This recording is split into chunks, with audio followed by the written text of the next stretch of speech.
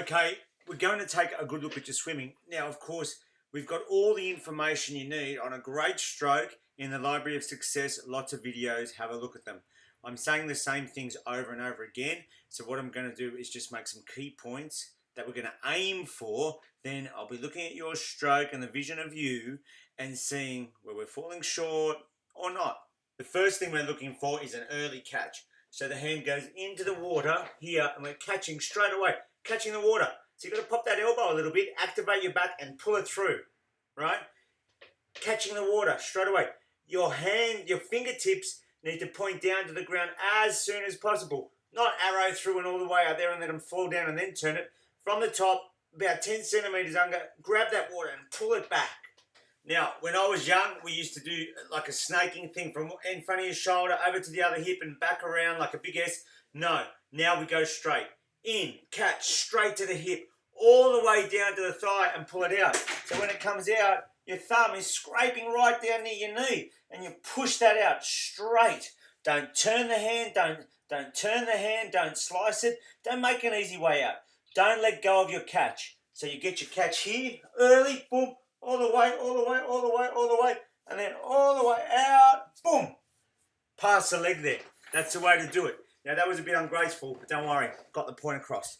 Okay, so you've grabbed the water and you've got to pull it back. Now sometimes we let our elbow lead the way, and now look at that, look at the water, it's escaping up here, it's escaping from the hand. Oh, we're not going anywhere. You're going to waste time, energy, everything. It's crazy. Don't do it. So what we're going to do, catch the water, hold the water, and your elbow has to be above your wrist. So if we're swimming along here, we've caught the water. Look where my elbow is to catch the water. It's above the wrist.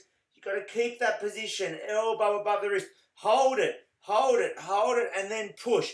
Don't let the elbow, this is what it looks like when the elbow collapses. Boom. Look at the water, escaping out, escaping out. No. Hold it and pull all the way. Same here. God, I've got to get taller. Hang on. Let's put it down here. When it goes past and coming out, look at that. If you release your elbow, oh, water's escaping it, but I can get the hand out easier. Or I turn the hand. Oh, water's escaping, but I get the hand out. No. Here, push, boom. Like you're throwing a stone straight at your foot. Boom, push that water. You've got to feel it go past your toes. Try and breathe both sides. It keeps you balanced in the water.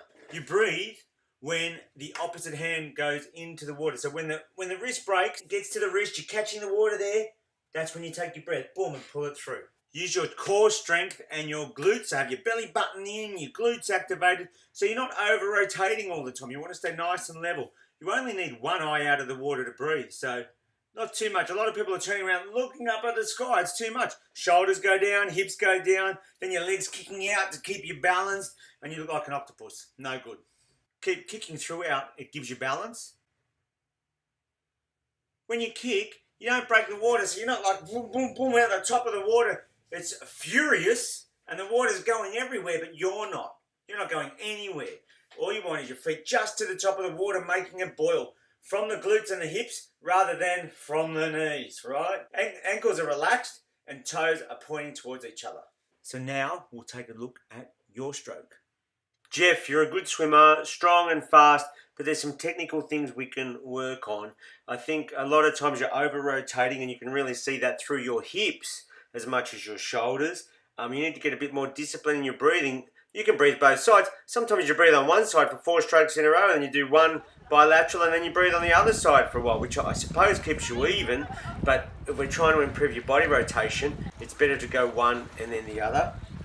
You bend your legs when you're kicking, and sometimes when you're tired that turns into like a scissor kick and your arms snake through the water. I think you're wasting an opportunity to grab the water early and push it back towards your feet.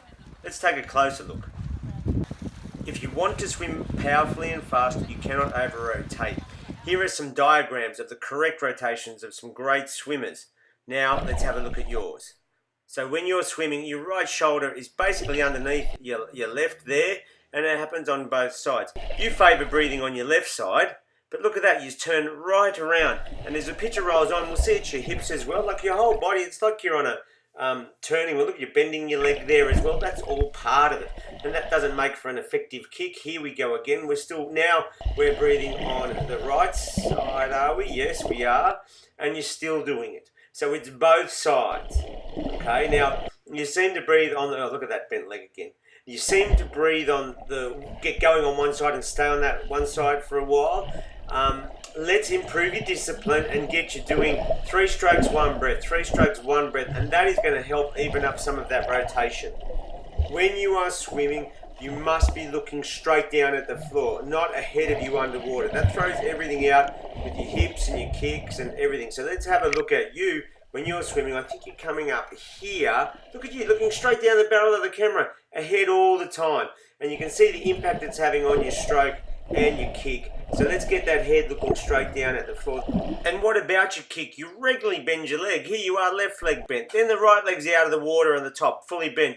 And you're kicking like you've got a pair of scissors at the back. I mean, this might surprise you, but what we want are the hips more level. So pull your tummy in, engage your core, get your glutes firing, and just kick up and down. You don't need to turn your hips that much, and you shouldn't do it.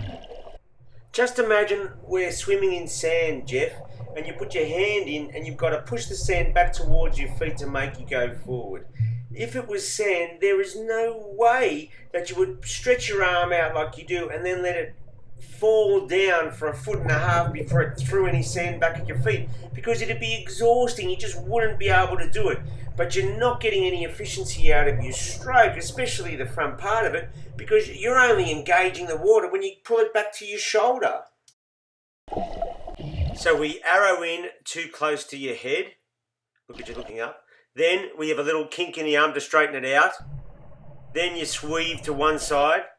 Then now we think you're going to grab the water, but you pull it sideways. Look at that. That's not going to make you go forward. So I want you to reach over the top of the water with a high elbow, grab the water with your hand right in front of your shoulder and pull it straight back towards your hip and get yourself going in the water. At the moment, we've got a snake fest. Watch this next bit of footage on your right hand entry. It looks like you're almost pushing against the water at the start. It's because you've got a low elbow. Your arm gets locked out straight as you stretch. So how can you pull the water? You actually look like you're pushing it backwards. I wonder if that's happening.